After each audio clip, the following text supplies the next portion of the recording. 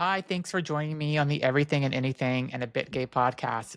Yesterday, I had an amazing experience, and my guest today is going to talk about that with me because she was part of this experience, and it's something I've been looking forward to when we scheduled this about a month and a half ago. I want to welcome Mayra Rath, who is from, she is a how would I call, what would I explain? I'm a past life regression therapist. Therapist, okay, and Yep, you do hypnosis and to help people find out their past lives. Is that a good way to explain it? that's right. Yes. Welcome to the show, first of all. And yesterday, Thank Myra you. and I spent a few hours together where she took me through being hypnotized, and I learned things about my past lives, and it is not at all what I expected. And we'll talk about that a little bit. But welcome to the show, first of all. And I'm so glad to have you on here. I think what you do is so interesting, and it makes me and I think will make other people that if they Mm. did a session with you, would make them think differently about life overall. So, welcome to my show. Thank you. Thanks for having me, Zach. So, tell me first of all, how did you start? How did you discover past life hypnosis Mm. and past life? Like how long ago? Because you've been doing this for a number of years, and how did you discover it? I discovered it by actually, my father is the one who introduced the concept of reincarnation when I was like 12. Oh, My dad was very spiritual. He was a trance channel, medium, psychic. He was all of the above. He could see through, hear through the veil. It was an interesting home, to say the yeah, least. It was a big secret, of course, too. I grew up not being able to really talk about what was going on. It was in the 70s and the 80s. And one day we were just talking, and he talked to me about reincarnation and that I've been here before. I've been here many times. And it just clicked with me, even at such a young age. I was like, of course, almost like this memory. It's, of course, I've been here before. Why would yeah, I be here only one time and call it a day? yeah. Yeah. So I was pretty young. Okay, that's great. And then, did your father teach you how to do this or show you the way of how to do this, or did you have to go and learn how to do this from someone? I did. Yeah, no, he didn't conduct regression. He was not a hypnotherapist. Okay. So later, probably in my late teens, early 20s, I started reading books. One of them, of course, being Many Lives, Many Masters with Dr. Brian Weiss, who is one of my teachers. Okay. So over the years, I've had many different teachers teaching me different techniques, right? There are many different techniques and ways to expand this work. Mhm. Yeah, was in 1999 that I went to an expo. It was like a weekend thing with my brother, and we were hypnotized Saturday, all day Sunday, just on the floor in this ballroom. There were hundreds of people, and I still can see the lifetimes from that in 1999. Actually, that was 1998 because I went ahead and I just fell in love with the work and applied for their curriculum with the American Board of Hypnosis at that time and studied it and got certified. And once I had that, it was like, okay, now what do I do with this? Remember, it's 1999. Okay. Yeah. There weren't many people that believed in it. There was a lot of fear. So I didn't What do really you do think people were much. scared? What do you think people were afraid of from this? Just that their whole ideologic, their whole the way they think about the world, their whole ideal of what the real world is to them at that point is really not the case. Do you think that's what made people scared? I think there was a lot of fear around doubt. People didn't really believe in past lives at that time. Mm, We've come a long way. yeah. You either believed or didn't, or it was just a completely new concept going, what? Past lives? No. And then there were people that were in the closet about it, right? Yeah. Um, so, yeah, it was really challenging to even find people to practice on. You have this new skill and you can't really do anything with it. So I practice on friends. Yeah. Even my own family were like, no, I don't want to do it. So yeah, just practice with friends, and I realized, gosh, I can do this, and I'm actually quite good at it. So yeah, a lot of fear, doubt, misunderstanding, and also a fear of hypnosis itself. Mm, A fear, still, there's people that think I've received some people that contact me, send me an email saying, what if I can't get out? What if I can't wake up from my past life? Which is completely impossible, right? yeah. But that's the mindset. So, And do you think religion plays a part in people not wanting to believe this because this doesn't fall within like their religious beliefs? yes, of course, there are many religions that I know Buddhists absolutely believe in Yes. reincarnation. So, I do work with a lot of Buddhists, but you'll find this interesting that there are some Christian people that come to see me, but it's on the down low. They come secretly, and Yeah. this is a very safe place. They can tell me, they can't even share that they're here with me having this Oh, wow. experience, but they are waking up to the concept, and they're becoming curious, and they're starting to lean more into their, awakening to their true Yeah. self rather than what the church is dictating. So do you think the internet has helped people understand more about this? Because that's how I discovered you. That's Yeah. how I discovered Dolores Cannon and her like all the research that she did. I think I probably watched a million Dolores Cannon videos because I think it's so interesting in what she does. And you're doing that's the work that you're doing is what she did basically. Is that correct? Yes, yes, that's one of the techniques that I conduct. And Dolores Cannon, I was doing past life regression. I think it was maybe 18 years ago that I went through Dr. Brian Weiss. So I used his technique. And what happens is over time you start to create your own, right?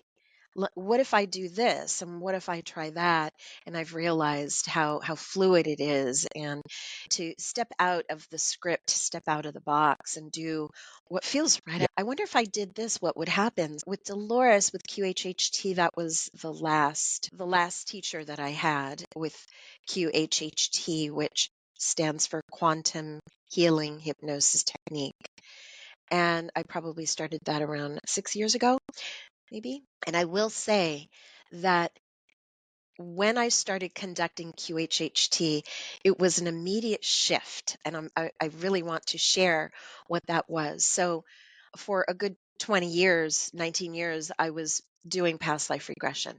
Okay. And pretty much my clients would experience an earth life as well as experiences in the afterlife in the spirit world. Hmm. Okay, that was the pretty common way that someone would have an experience. Once I completed the QHHT program, the very first session that I conducted, my client went to another planet. Wow. And it's really interesting because that's Dolores's footprint, where she didn't discover past life regression.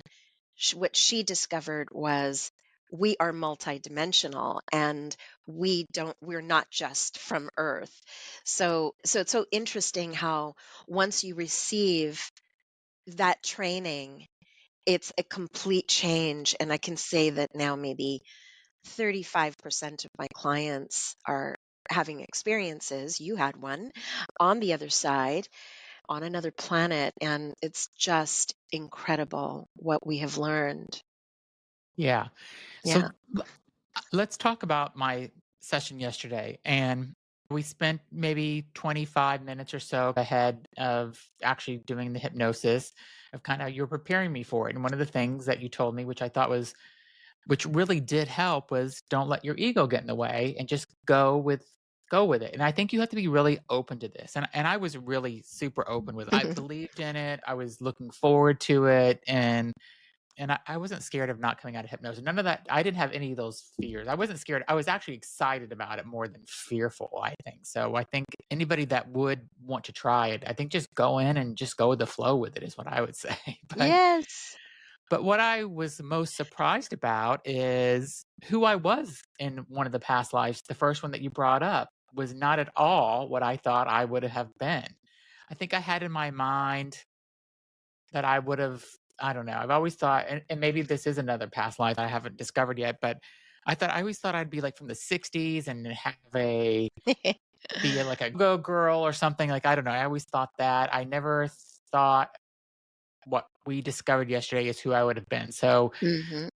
quickly, to not go into this full story, but I'll tell you briefly what we discovered yesterday, which was I was basically a farmer.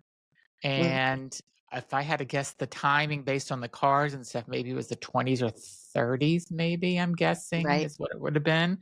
And I had a wife and I had two boys, and I had a farm that I inherited from my father. And the other thing we discovered is that my father in that lifetime was my father in this lifetime. And Right. my older son, who I had in that lifetime, is my husband today. So it's really interesting how people are continuing through different lives with you. And I want to ask you about that also. And then we talked about how I ended that life and how I laid down one night with my wife and I went to sleep and didn't wake up. So that's the best way to go, I think. So that was interesting. And I had a grandchild, and we also discovered my son did not want to take over the farm as I did from my father.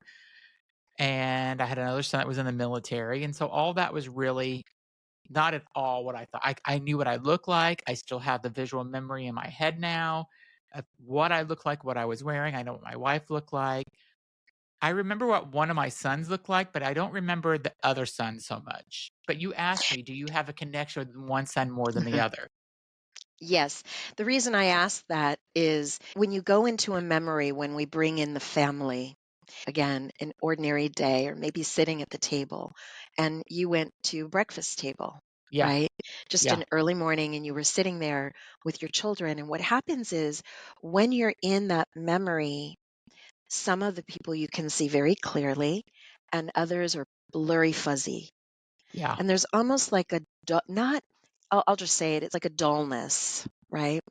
And yeah, it's not that you don't love them in that life. You do. Of course, they're your children, but they are not significant in your life today. The ones that are sharper and that you'll know the answer. You can see their the features more clearer. There's a connection in the heart. And because I've had that too, where I lived in the 20s, I was a man. I was a farmer too. oh, you were? And I was in the 1920s, and I loved this life. I believe I shared my that particular session on my YouTube channel, but I got hit by a train. I got hit by a train, and I was so angry with myself for this error, because it really was an error. I had gotten drunk and passed out on my truck on the tracks. And What? but when I saw my sons, they were sitting on the floor kind of playing with their little trucks, and one was so clear and the other one was super fuzzy. So I'm able to discern, having the experience myself, how to navigate through those moments with my clients, that let's just connect with the ones that are more clearer, and those are the Yeah, ones that you connect with today. yeah. And I thought about this afterwards. You really analyze this, I think, after the fact. Like, I'm thinking, okay, my grandson, if that was like 1925, let's say, would that grandson be alive today? Yes, yes. And It's crazy how, yes, it is. It's parallel. And yeah, the answer is yes. and so it's I could have a grandson from a past life that's still alive out there. That I guess would be, oh no, I guess they wouldn't actually be 100 years old, so they probably wouldn't be around still, but they could have But been around when. relatives, Yeah, relatives for sure. exactly. There's other relatives somewhere.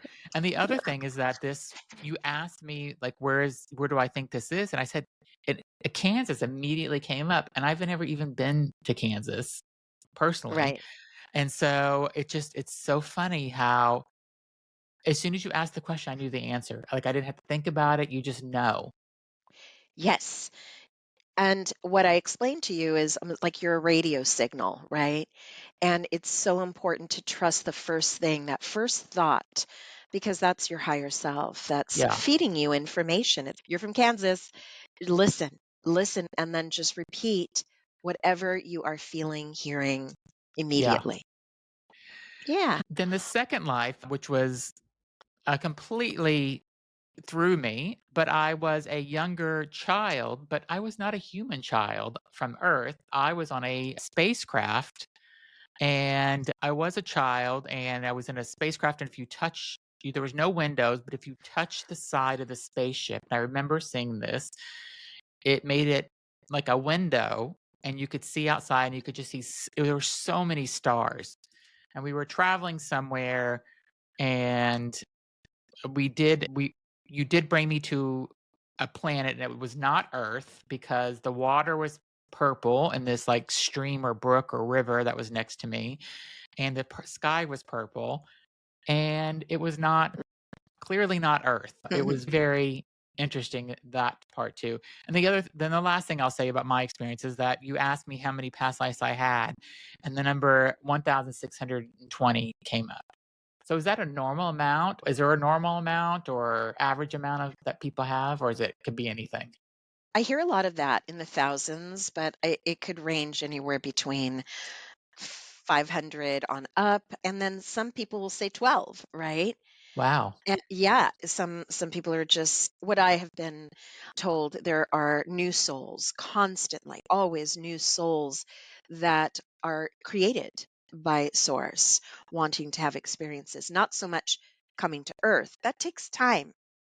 That Yeah. takes time to come here. Okay. So the fact that you are here on earth, it's a legit decision, right? That you made here on purpose. You do have a purpose here and you did choose to be here.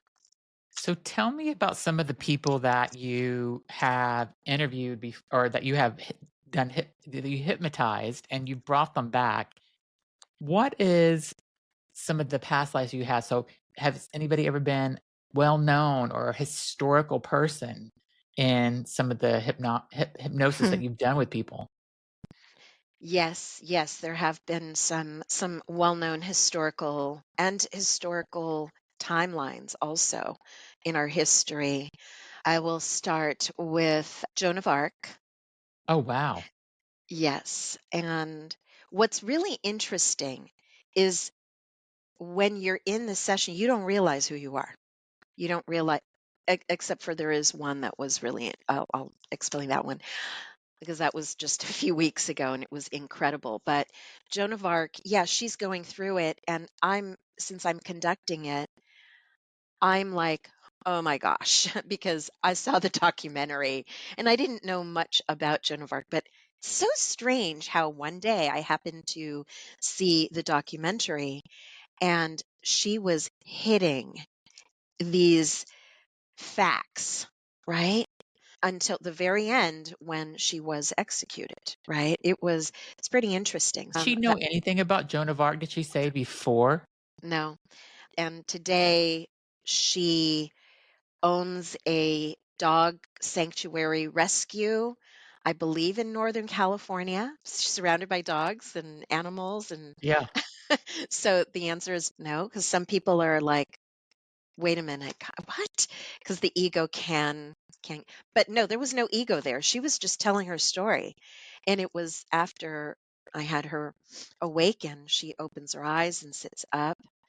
Um, my mouth is like this. I'm like, I know who you were. yeah, And she's still processing. Who was I? I'm just telling my story. So she would have to sit with that really and let it marinate. yeah. Okay. Like you're like, I need to process this. Yeah, and even after we ended our session yesterday, it took me a good, like, hour or so to and even last night when I was going to sleep, Seeing it. I'm still processing it because I'm just it's a memory that I had whenever I was in my 20s or something, 20 like, when I was 20 it's like that vivid of a memory now. It feels like it's something that happened in this lifetime even though it Yes. didn't. But it just feels like it's part of me now, where I didn't remember it at all before, but you've brought it back, you Yes, know? yes. So it's Yeah, really so fascinating. I really it want is. everybody to do this. I think it's so They I think it should, I know. I think it's I think it's life. You even said this is gonna be life-changing for you today, and it really is because it makes you Mhm. think, and I think I don't realize the impact of it quite yet even because 'cause I'm still it hasn't even been 24 hours yet, or it's been 24 hours at this point. Yes. But it's really Mm, mhm, any other kind of infamous moments that you've brought from mhm. people, your other clients? Yes, there's Jane Seymour, Queen Jane Seymour, who was one of King Henry's wives. Okay. Henry? King Arthur? King Henry. Very interesting. I've had the unsinkable Molly Brown. That was really fun. My client Michael, he lives in New York, and s- his story was great, and I interviewed him on my podcast as well. And he was always obsessed with the Titanic. And when he was 7 years old, his grandmother took him to see it. And as a 7 year old, he's watching this movie saying, "That's not right. Yeah. It didn't happen that way." He actually had opinions about how the movie was created.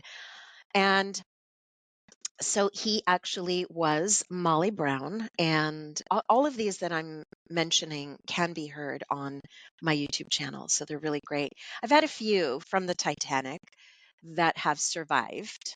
Okay. So Wow. they're able to tell their story entirely.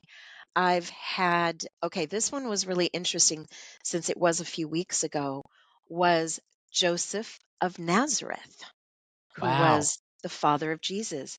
What a beautiful session that you can listen to. There's that.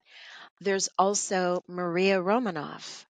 Once again, a young lady that had no idea who the Romanoffs were, but I saw that documentary too. It's really interesting because I don't really watch these documentaries, but I feel like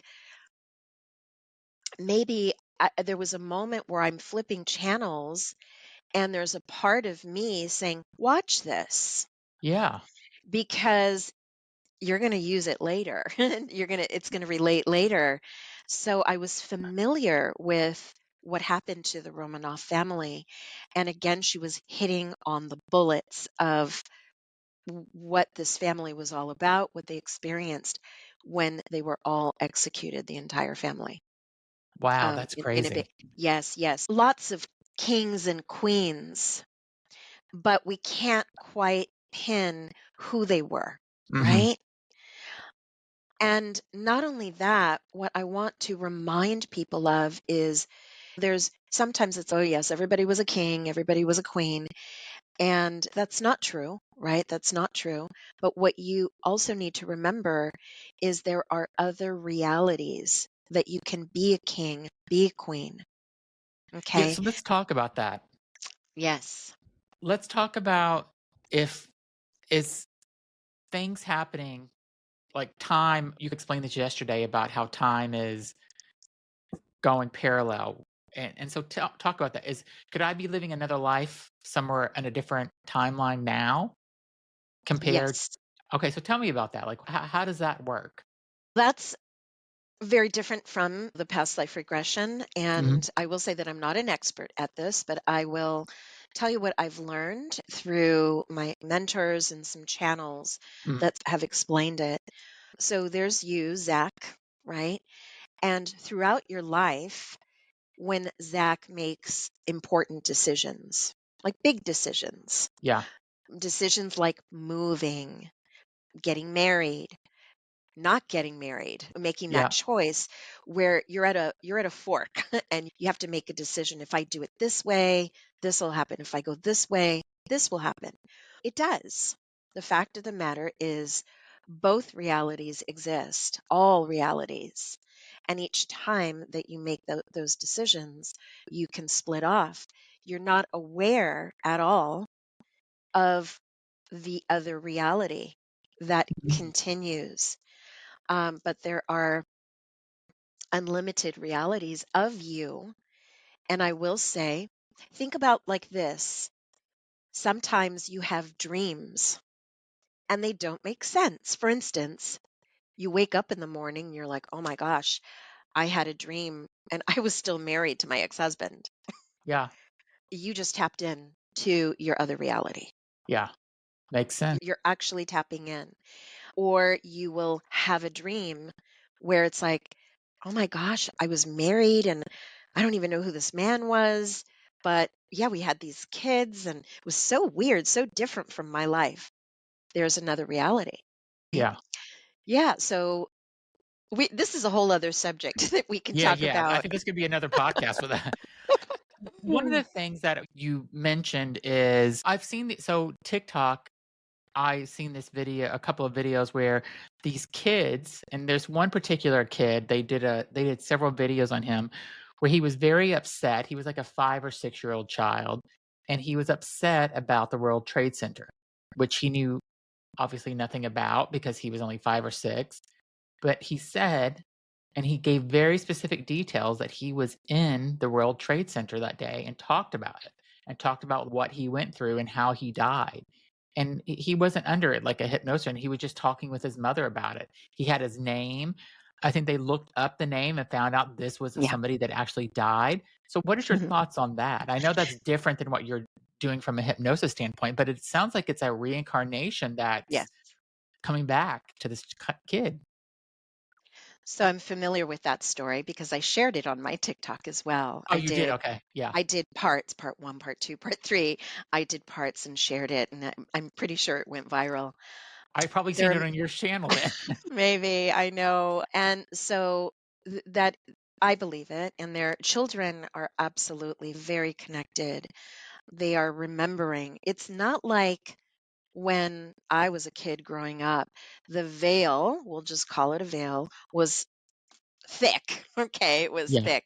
When we come here, we it's like blinders, and but because of ascension and how we're moving from 3D, 4D, new earth, all of that, how our bodies are crystallizing, how much more connected we are remembering more, and our children are coming in with remembering former lives, former parents mentioning things like I died in a fire. And Yeah. I loved watching on TikTok how parents were supporting it. Yeah. And just ask questions. That's all you have to do because it's going to stop. Usually by the time they're 7, the memories start to fade. But when they're 4 years old and they're talking, all you have to do is ask questions, record it, whether you want to share it or not, that's your business, but the child will forget. So just try to get as much information, but it is absolutely real. It is not the child's imagination, where I know there are some parents that poo it, right? Yeah. And oh, they'll dismiss it and say, "Don't say that. That's not true," making the child feel insecure because it's I'm seeing it, I'm dreaming about it. Yeah. That particular story we're talking about, though, there's no way that child knew the person's name. There's no way this 5 Yeah. or years old child could have known any of this. I don't know. It's just I believe it. So I have a 9/11 sorry, I have a 9/11 experience that I want to share here real quick that will Sure. really explain a little bit about the parallel. I had a client that was a female, probably in her 40s. Okay. So she, when 9/11 did happen, watched just as the entire world did on TV. And when I took her to a past life, we went to one past life and then she jumped to a second one. When she arrives to the second one, she finds herself in a conference room. Okay. She goes, I'm in a city. I could see out the window, there's tall buildings. I don't know what city. And then all of a sudden she starts coughing. Okay. And this does happen, right? When there's trauma, right? Yeah. Where a client under hypnosis, it's called an abreaction. They're reacting to the trauma and the memory of wherever they are. So she starts coughing. And so she is a man in that conference room, maybe in their 30s, with a Okay. few other men. And she says, I smell smoke. And although she never said a plane hit, this was absolutely 9/11. Yeah. Okay. You'd have to hear it to make your own opinion of it, but it was panic, everyone running out. When I asked her, "What floor are you on?" She says, "There's fire. It's just there's fire." And there's only one stairwell. And when I asked her what floor she was on, it was immediate, just like you Yeah. heard Kansas. It's me. She goes 78. It was immediate. And they're in the stairwell. The stairwell was dark with a red light flashing, and people are coughing. She says, midway through going down the stairs, she says, we hear an explosion above us, which I believe is when the second plane hit the other Yeah. building. Mhm. Now, how does a 40-year-old something who is in this reality where we Mhm. are experience 9/11 when she was watching it on TV? This is where we talk about we are multidimensional beings and everything is happening now. Your higher self chooses how to fragment parts of itself to different lifetimes. And Mhm. some of those can be stacked. Some of them are experiencing the same timeline. You could be different ages. I could be somebody that is living in Miami Beach, and I'm a senior citizen living in a community, and I'm Mhm. 80 years old. I could have that reality. Yeah. So it was really interesting. But I just want to share how sometimes lifetimes are stacked and crossover. Yeah. That is so interesting. Did she happen to know the name of who she was in that? No, if you can hear the 9/11 on my podcast, but she he made it out of the building. Oh, he did? He made it out of the building, and I was like, "Yes." It's like I am just rooting him on during this session, but and as they walk away, he ended up in an ambulance, taken to the hospital, and later died Oh, from the yeah. Yeah. I wow. know. I know. That's really that's insane. And yeah, let's talk a little bit about the being off of Earth, because that was shocking to me. And I will tell you and all my listeners that I am definitely a believer we are not the only planet that has life on it and stuff like that. I No. believe that there's just too much out there. Is that pretty common for people to have lifetimes or outside of living on Earth? It sounds like you start that way, and what you said, like you end up on Earth, but that's maybe not where you start. Can you talk about that a little bit? Yes. I work with a lot of people where they're having encounters also, encounters that they cannot explain. They are seeing orbs and interesting phenomena outside their windows Hmm. and sometimes in their homes. They're in between sleep and there's that in between. They may even see a complete apparition, not even an apparition, but an alien being in their Hmm. room. And then they wake up in the morning with what happened. I remember seeing them, and now I don't remember anything. Hmm. So I get a lot of clients that want answers about what am I seeing and why is this happening? Hmm. And it's first of all, they're showing themselves because they want to wake you up. They want you to remember now. And many people on earth are they're deviating from their missions. They're getting caught up. In other words, they're getting caught up in the humanness and the drama and Yeah. all of that comes with being here, and they're going to come in and interfere. And usually that's how it starts, where they're going to start showing themselves, which leads to the person going, why am I, they're going to Google it. Why am I seeing? And they go down the rabbit hole, and then they find a practitioner. They start to hear or watch videos about it. They find Gaia TV and start Yeah. learning. Oh my God, am I one of them? It's so interesting what we've uncovered. I'll just speak about my personal Yeah. experiences with my clients. So incredible when the moment they remember their family, it's not an extraterrestrial, it's not an alien. It is a deeply emotional reconnect, replugging in, so to speak, of remembering who they really are and why they're here, what they're supposed to be doing. And it's so incredible. I had dinner with a client last night who came to one of my group regressions, and I just said, "What are you doing for dinner?" And we went. And he is not the same person. That kind of scared person that came in, afraid, and just it's so incredible the growth and the transformation, honestly, that has taken place where. But at the same time, one thing that he shared is how he's not really connecting with some of his friends that he used to Oh, have, because it's like the things that mattered 6 months ago and a year ago, they don't matter to me anymore. wow. They don't matter, and it's growth. It's Yeah. growth. And sometimes growth can be a little lonely, right?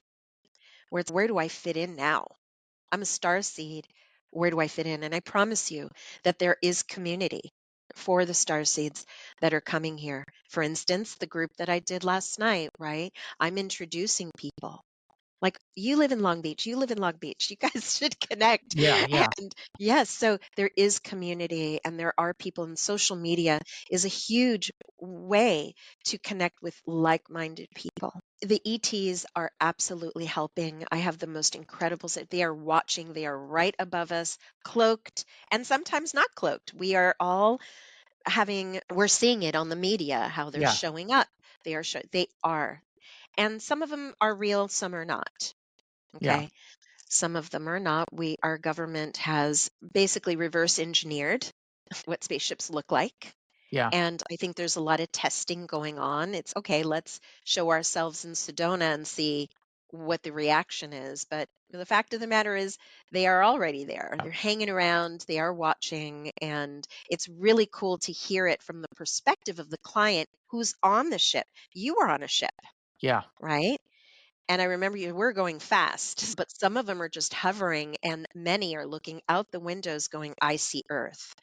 And it's Earth is very important to them, because what happens here ripples out into the galaxies and it affects all. yeah. Interesting. Yeah. Tell me about some of the lifetime and how did did somebody go through this with you, like hypnotized you? Or are you able to do anything this by yourself? Like, how did you discover some of your lifetimes that you've had? Mm. Yeah. It all started when I started out at that expo where it was an entire weekend. So a lot of lifetimes were seen there. Atlantis, I saw myself as a cowboy.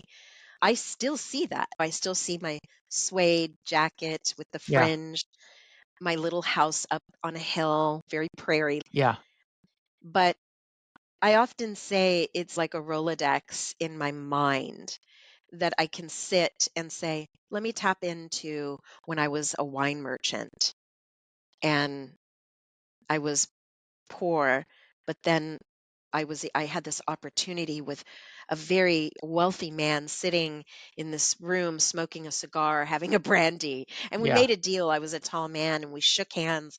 And the next thing I know, I'm relocating barrels and I'm wearing a suit, and he changed my life, right? And so I can sit there and tap in. Let me pull out this one, let me pull out that one. But there's a lot of trading that I do with other practitioners.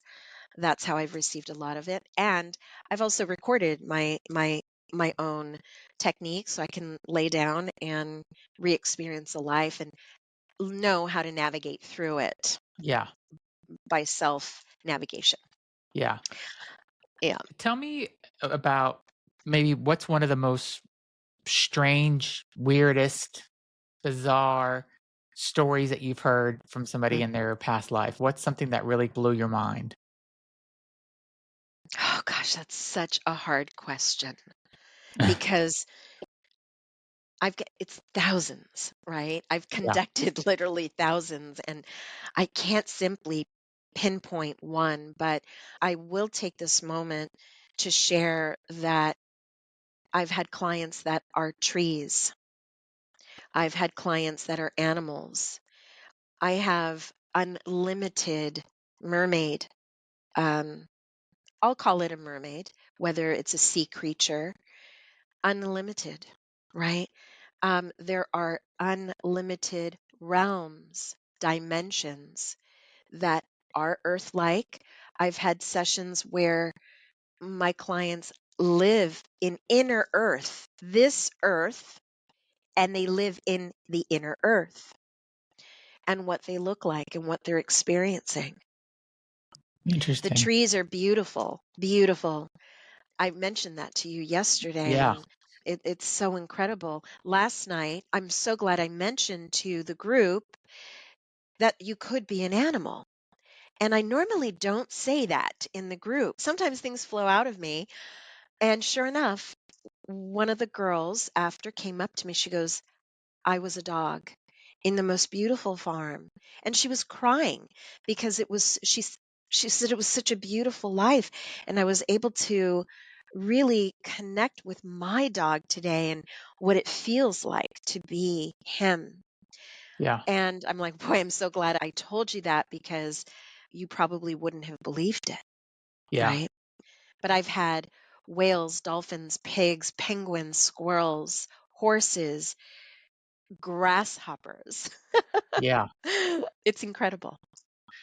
Yeah, and talking about being emotional, whenever we discovered that my father was my father in that life, I got emotional right under the hypnosis. I remember I Yeah. almost I was choking up where I was almost ready to cry for because it was just I felt such a connection to my father during that time who died Mm. about 15 years ago, and it just felt so in the moment. It felt like it was like happening right then. Yes. Beautiful. I want to ask you just a few more questions. I want to ask you what your thoughts are when you said you grew up with a father who was a medium and it wasn't a typical family. Did you have religion growing up at all?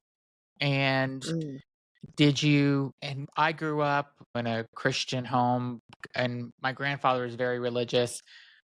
My family, my father and mother, weren't super religious, and once we moved away from my grandfather, I was given, "Do you wanna go to church or not?" And I chose Mm. not to. My husband's Jewish, and it's all very traditional. He does the high holidays, he's not going to temple every weekend and stuff, but he the thoughts that you die, there's not reincarnation in these religions and stuff.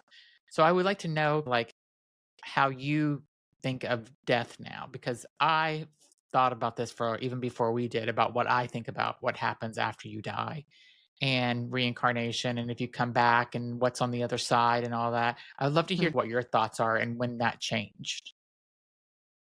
That's a great question. So we did grow up. My parents are Cuban immigrants from Cuba, and I was born here. Although I have siblings that were born in Cuba, I'm the youngest of four. And when we came here, we were put in Catholic school, Okay. and we would go to church. Not every Sunday, no. My parents like to party. Okay. Cubans like to party. Yeah. But we would do the Easter and the Palm Sunday, all of that. We had our communions, confirmations, all of that. But what happened in the midst of that was when I was very little, where everything changed, is that my father's brother did commit suicide, and I believe my father found him. Oh. And what happened was he snapped. And in that snapping, my father went into what is called a Kundalini awakening, but in the 70s. Okay. Okay. It's like people are experiencing Kundalini awakenings today, now, and being in this it's like you're just waking up and everything looks different, smells different, and you're in this bliss, but you're seeing things, hearing things. there's no veil, right? And how does that So happen to people just from a major event like that where he discovered his brother and that was, like, something that just clicked in him? it happened to him. I don't know how other people are experiencing it. Mhm, I know that there's Kundalini groups that you can meet where there's Kundalini teachers, mhm. but it's almost as if you're searching for it, you're wanting it to happen rather it happened naturally. And for Yeah. many people, it happens naturally. How? I don't know. I don't know. I had a client 2 weeks ago that came to me saying she's searching for that.